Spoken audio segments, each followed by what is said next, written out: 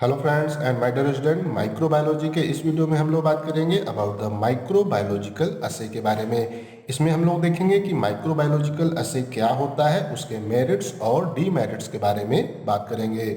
मेरा नाम है डॉक्टर महताब सिंह। तो चलिए शुरू करते हैं। तो अगर हम बात करते हैं अबाउट द माइक्रोबायोलॉजिकल असे के बारे में, तो उससे पहले हम लोग देख लेते हैं कि हमारा बायोलॉजिकल असे क्या होता है। इसको हम लोग कहते हैं बायोलॉजिकल स्टैंडर्डाइजेशन भी। It may be defined as quantitative और qualitative determination of any chemical compound for a simple और complex material with the use of microorganism. तो इस कंडीशन में हम क्या करते हैं कि जो हमारे केमिकल कंपाउंड है उनकी जो एक्टिविटी है उसको हम क्वांटिटेटिवली या क्वालिटेटिवली हम जब वो डिटरमाइन करते हैं और इसमें हम माइक्रो ऑर्गेनिज्म को यूज कर सकते हैं।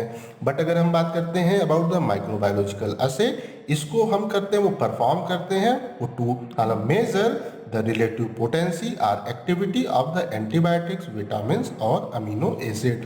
तो अगर हम एंटीबायोटिक्स, विटामिन और अमीनो एसिड की इस प्लेस पे हम जो वो डिटरमाइन करते हैं रिलेटिव पोटेंसी को या उसकी एक्टिविटी को हम लोग करते हैं डिटरमाइन करते हैं, और इसको हम लोग करते हैं perform with culture of the micro organism like bacteria, east, etc. तो इस प्लेस पे हम एक जो हमारा ऑर्गेनिज्म है उसका हम प्रिपेयर करते हैं कल्चर, और उसके ऊपर हम अपने माइक्रोबियल असे को परफॉर्म करते हैं। अगर हम इसको कंपेयर करते हैं विद द वो केमिकल मेथड, तो ये मेथड भी उतना ही एक्यूरेट होता है जितना हमारे केमिकल मेथड एक्यूरेट होते हैं। It is simple, specific and inexpensive. तो अगर हम बात करते हैं माइक्रोबायोलॉजिकल असे के बारे में, तो ये सिंपल होते हैं, स्पेसिफिक होते हैं। स्पेसिफिक की हम बात करें तो हम एक आप कह सकते हैं पर्टिकुलर ले सकते हैं माइक्रो ऑर्गेनिज्म, और उसके ऊपर अपने एंटीबायोटिक्स या जो हमारे विटामिन, अमीनो एसिड हैं उनकी एक्टिविटी को हम यहाँ पे परफॉर्म कर सकते हैं,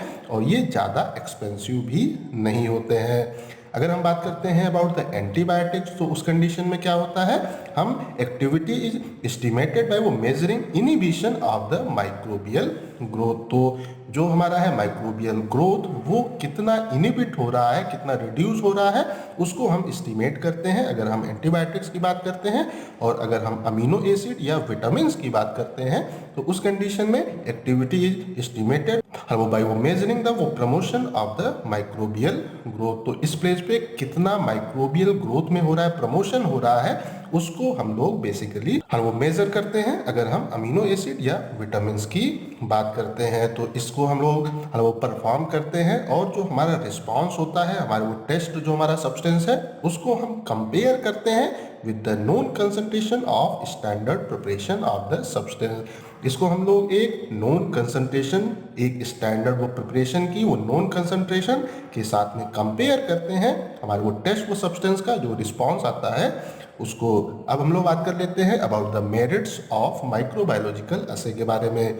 तो इसकी जो हमारी है वो पहली मेरिट है वो क्या है, एक्यूरेट स्टैंडर्डाइजेशन ऑफ द वो मेडिकामेंट कैन बी अचीव। तो इससे हम अपना जो हमारी ड्रग है, जो हमारे एंटीबायोटिक्स, विटामिन या अमीनो एसिड है, उसका एक्यूरेट स्टैंडर्डाइजेशन हम इस मेथड को यूज करके कर सकते हैं। उसके बाद इसमें हमारा अगला है वो naturally occurring therapeutic agent are assayed by this method. इस मेथड को यूज करके जो वो एंटीबायोटिक्स, अमीनो एसिड या विटामिन जो हमें प्राकृतिक स्रोतों से प्राप्त होते हैं उनको भी हम यहाँ पे असे कर सकते हैं। उसके बाद में जो अगला है, it is simple and rapid when compare to bioassay. अगर हम इसको कंपेयर करते हैं हमारे वो बायो असे से, तो ये सिंपल होते हैं और रैपिड होते हैं। It would reduce the mortality rate of animal. यहाँ पे हम कोई एनिमल वगैरह नहीं यूज करते हैं, जिससे कि जो हमारे एनिमल हैं उनका जो होता है मॉर्टेलिटी रेट वो काफ़ी कम हो जाता है।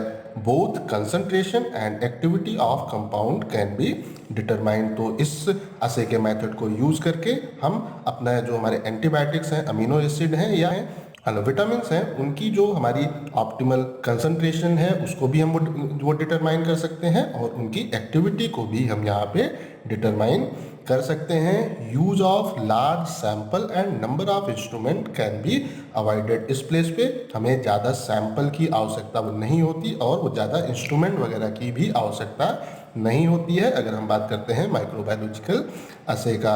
उसके बाद हमारा अगला है the whole procedure can be automated to reduce the duration. अगर हम अपने जो असे का हमारा मेथड है उसको हम वो थोड़ा सा ऑटोमेटेड कर देते हैं तो उस कंडीशन में हम जो हमारी प्रोसेस की वो ड्यूरेशन है, असे का जो टाइम है, उसको हम रिड्यूस कर सकते हैं। अब हम लोग बात कर लेते हैं अबाउट द डीमेरिट्स माइक्रोबायोलॉजिकल असे के बारे में। तो इसकी जो हमारी पहली वो डीमेरिट है, specific test organism is required. तो जो हमारा एंटीबायोटिक है अगर हम उसकी एक्टिविटी को चेक कर रहे हैं तो वो किस आप कह सकते हैं माइक्रो ऑर्गेनिज्म के अगेंस्ट एक्टिव है, उसको हमें रिक्वायर्ड होता है। मीन्स वो जिस एंटीबायोटिक्स मतलब विटामिन या अमीनो एसिड को हम यूज कर रहे हैं उसकी एक्टिविटी वो जिस ऑर्गेनिज्म के साथ में होती है वो हमें यहाँ पे चाहिए होता है।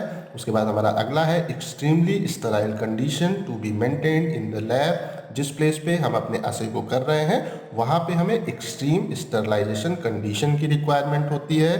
Slight fluctuation in temperature during incubation में प्रोड्यूस इनवैलिड रिजल्ट। तो वो जो भी हमारा इंक्यूबेशन का टेम्परेचर स्पेसिफाइड है अगर उसमें थोड़ा बहुत भी फ्लक्चुएशन होता है तो उस कंडीशन में हमारा वो रिजल्ट आप कह सकते हैं गड़बड़ हो सकता है। उसके बाद में क्या है, इट इज़ वो time consuming method than other. अगर हम और मेथड से कंपेयर करते हैं तो ये थोड़ा टाइम कंज्यूमिंग होता है और इस असे को परफॉर्म करने के लिए हमें ट्रेन जो हमारे वर्कर हैं उनकी आवश्यकता होती है। अगर जो हमारा वो काम करने वाला वर्कर है अगर प्रॉपरली ट्रेंड नहीं होगा तो वो इस प्रोसेस को अच्छे से परफॉर्म नहीं कर पाएगा।